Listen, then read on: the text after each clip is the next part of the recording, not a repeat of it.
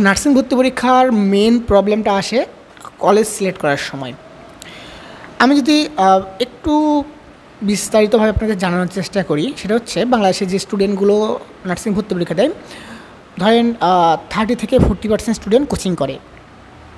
এই যে কোচিং সেন্টারগুলোতে ভর্তি হয়েছে, এর মধ্যেও দেখা যাবে প্রায় 50% অনলাইন কোচিং, 50% অফলাইন কোচিং। এখন অনলাইন অফলাইনের ক্ষেত্রে আবার একটা বিষয় থাকে যে সব কোচিং সেন্টার কিন্তু অতটা দক্ষ বা অভিজ্ঞ হয় না। কেউ নতুন আসছে, কেউ ধরেন একবার ক্লাস করাইছে, নতুন দ্বিতীয় ব্যাচ চালাচ্ছে, এরকম, ঠিক আছে।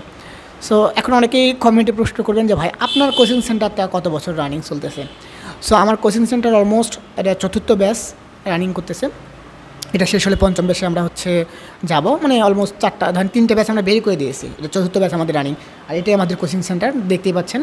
সো এখানে আমরা যে সিটগুলো ইউজ করছি সেগুলো মূলত আমাদের সিট বেঞ্চ, হাই বেঞ্চ না, প্রত্যেকটা স্টুডেন্টের জন্য। আপনারা দেখতে পাচ্ছেন আমি যেখানে বসে আছি প্রত্যেকটা এরকম চেয়ার, এবং চেয়ারের সাথে এখানে দেখেন একটা অ্যাটাচড করে আছে। বিশেষ করে নার্সিং স্টুডেন্টরা যেগুলো বেঞ্চে ক্লাস করে, আমাদের কোচিং সেন্টারের সিটগুলো কিন্তু তেমনই, ঠিক আছে। আমরা প্রত্যেকটা স্টুডেন্টকে সেপারেটভাবে বসাই, একসাথে 2-3 জনকে বসায় গ্যাঞ্জাম লাগানোর বিষয়গুলো আমরা সবসময় অ্যাভয়েড করার চেষ্টা করি, যেন সবাই ক্লাসে মনোযোগ দিতে পারে। আচ্ছা, তো এখন যেটা বলতেছিলাম চয়েসের বিষয়টা নিয়ে, তো আমাদের কোচিং সেন্টারটা একটু হিংস দিয়ে রাখি, আমাদের সদর থানার একদম সামনে। যারা ভর্তি হতে চাচ্ছেন আসতে পারেন ড্রিম নার্সিং কোচিং নামে, ঠিক আছে। অফলাইনটা আমাদের ড্রিম নামে, অনলাইনটা স্ক্যাপুলা নামে চলে। আচ্ছা, আমাদের বাংলাদেশে 2টা কোচিং সেন্টার চালু আছে। আচ্ছা, এখন চয়েস লিস্টের ক্ষেত্রে যেটা হয়, আমাদের স্টুডেন্টরা সবসময় কোনো একটা কম্পিউটার দোকানটাকে ফলো করে, অথবা কম্পিউটার দোকানের যে মালিক আছে ওনার যে মানে চয়েস লিস্ট ওটা অনুযায়ী দিয়ে থাকে।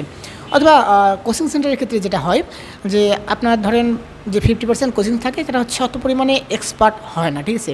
আর বর্তমানে নার্সিং ভর্তি পরীক্ষার্থীদের জন্য সবচেয়ে বড় সমস্যা হচ্ছে একটা ভালো কোচিং মানে সিলেক্ট করা। যাদের নার্সিংয়ে আসছে সবাই একটা করে কোচিং সেন্টার দিয়ে দিচ্ছে, ঠিক আছে, সে বুঝুক বা না বুঝুক। অথবা দেখবেন যে ন্যাশনাল স্টুডেন্টগুলো নার্সিং ভর্তি পরীক্ষার কোচিং চালাচ্ছে, এবং তাদের কিন্তু কোনো আইডিয়া থাকে না যে নার্সিংয়ের প্রশ্নের বিষয়টা নিয়ে, ঠিক আছে। সো আমি সবসময় সাজেস্ট করি যে আপনি যদি কোচিং করতে চান, সেটা যেমনই হোক, সে স্টুডেন্ট হোক অথবা সে নার্স হোক, নার্সিং সেক্টরের মধ্যে যারা কোচিং পরিচালনা করে তাদের ওখানেই পড়ে। কোনো কোচিং সেন্টারই কখনো চায় না বাজে রেজাল্ট হোক বা খারাপ কিছু হোক। আর যারা নার্সিং আছে তারা নার্সিং ভর্তি পরীক্ষা দিয়েই আসছে, সো তাদের আইডিয়া আছে নার্সিং ভর্তি পরীক্ষার জন্য কোচিংটা কীভাবে পরিচালনা করতে হবে। অন্য আদার্স যারা আছে ওইগুলোতে না যাওয়াই ভালো। আমি রিকোয়েস্ট করবো আপনাদের, কারণ 2 টাকা যদি ইনকাম করে আমাদের নিজের সেক্টরের লোকজনই করুক, এটা আমার জন্য হোক বা আরেকজনের জন্য হোক, আমি অবশ্যই আপনাদেরকে সাজেস্ট করবো যে নিজের সেক্টরের মধ্যেই থাকেন, ঠিক আছে। তো চয়েসের ক্ষেত্রে যেটা হবে সেটা হচ্ছে আপনি যখন চয়েস লিস্টটা দিবেন তখন অবশ্যই চেষ্টা করবেন যে আপনার পছন্দকে প্রাধান্য না দিয়ে আপনার চান্স পাওয়ার বিষয়টাকে প্রাধান্য দিতে। সো যদি আপনি কলেজ চয়েস লিস্টের ক্ষেত্রে নিজের পছন্দটাকে বেশি প্রাধান্য দেন, সেক্ষেত্রে চান্স মিস হতে পারে। কীভাবে মিস হতে পারে?